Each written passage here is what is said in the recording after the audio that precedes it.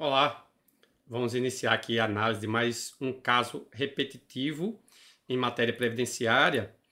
Esse caso é o tema 416 do STJ e também foi objeto recentemente da inclusão das súmulas 88 e 89 da TNU. Então, sempre que tem dois tribunais sedimentando entendimentos em temas repetitivos ou em súmulas, é porque o assunto tem muita repercussão, pelo menos em número de processos judiciais, né?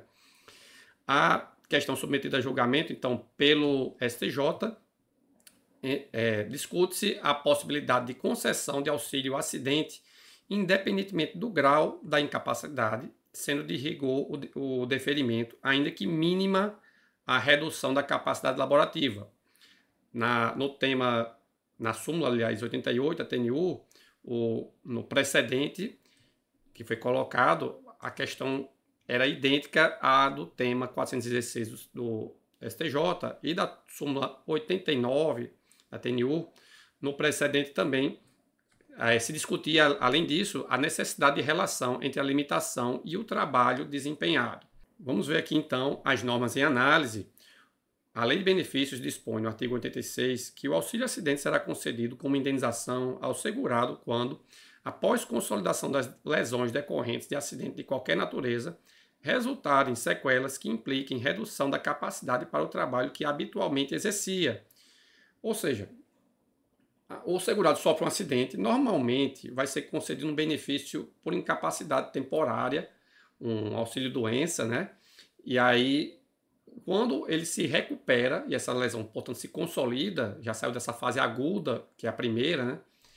Ele depois, se ficar com alguma limitação para aquele trabalho que ele desempenhava, ele vai perder o auxílio acidente, ou doença, e vai passar a receber o auxílio acidente, certo?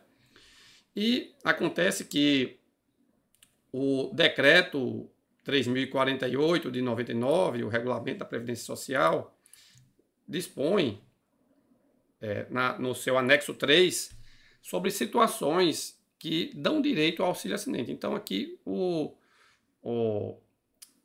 no âmbito administrativo, é bem comum que os peritos se vinculem ao que está aqui nesse anexo 3, certo? De outra mão, o STJ, ao fazer análise, então, do tema 416, afirmou que a concessão do auxílio acidente deve ser baseada na existência de uma lesão e redução da capacidade do trabalho, sem considerar a intensidade da incapacidade. Portanto, se houve, pelo entendimento do STJ, qualquer redução dessa capacidade, estando ou não naquele quadro lá do decreto, isso gerará direito ao benefício. E aí o STJ, nessa oportunidade, reafirmou, então, a interpretação de que a lei deve sempre visar a proteção do trabalhador conforme natureza indenizatória do auxílio acidente. E aí citou precedentes anteriores do STJ que já seguiam nessa linha, certo? E ainda no caso, eu trouxe aqui um trecho que eu achei interessante ler aqui na íntegra, porque até mesmo vai auxiliar a compreender as súmulas da TNU.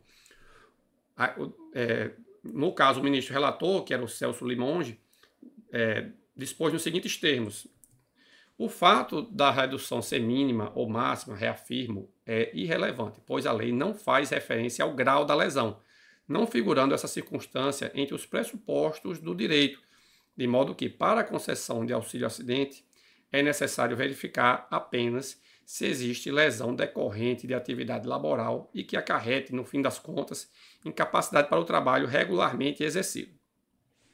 E não poderia ser de outro modo, pois, como é sabido, a lesão, além de refletir diretamente na atividade laboral, e aqui eu destaquei, por demandar, ainda que mínimo, um maior esforço, extrapola o âmbito estreito do trabalho para repercutir em todas as demais áreas da vida do segurado, o que impõe a indenização.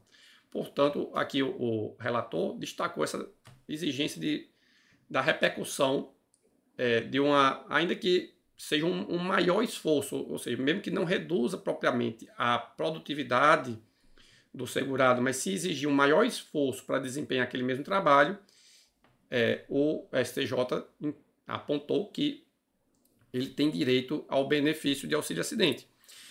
E, da mesma forma que a súmula 88 da TNU, seguiu na mesma esteira do tema 416, e no caso lá, que era o caso concreto que foi analisado para ser firmado o entendimento a ser sumulado, era o de que um autor que sofreu fratura consolidada no tornozelo esquerdo, advinda de acidente de moto ocorrido em julho de 2018, que lhe causou limitação leve e temporária, sem indicação de afastamento de suas atividades habituais. A TNU entendeu que essa limitação, ainda que leve, gera direito ao benefício.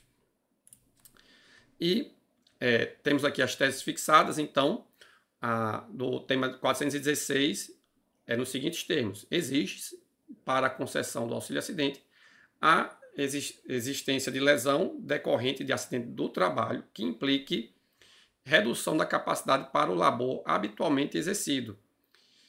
O nível do dano e, em consequência, o grau do maior esforço não interfere na concessão do benefício, o qual será devido, ainda que mínima, à lesão.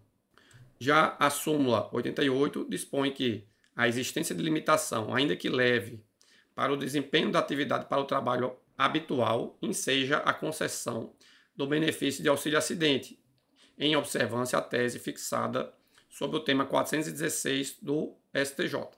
A súmula 89 já vai um pouquinho além do que está na tese fixada pelo STJ, apesar de ter sido analisado no voto do relator, né, porque a súmula 89 é nos seguintes termos: não há direito à concessão de benefício de auxílio-acidente quando, após a consolidação das lesões decorrentes de acidente de qualquer natureza, resultarem sequelas que não reduzem a capacidade laborativa habitual, nem sequer demandam um dispêndio de maior esforço na execução da atividade habitual. Ou seja, eu fiz aqui um mapa mental, como de costume.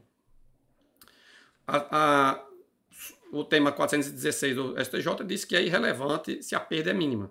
E a súmula 89 da TNU dispõe que a limitação deve reduzir a capacidade laborativa ou exigir maior esforço. As duas circunstâncias aqui geram direito ao benefício.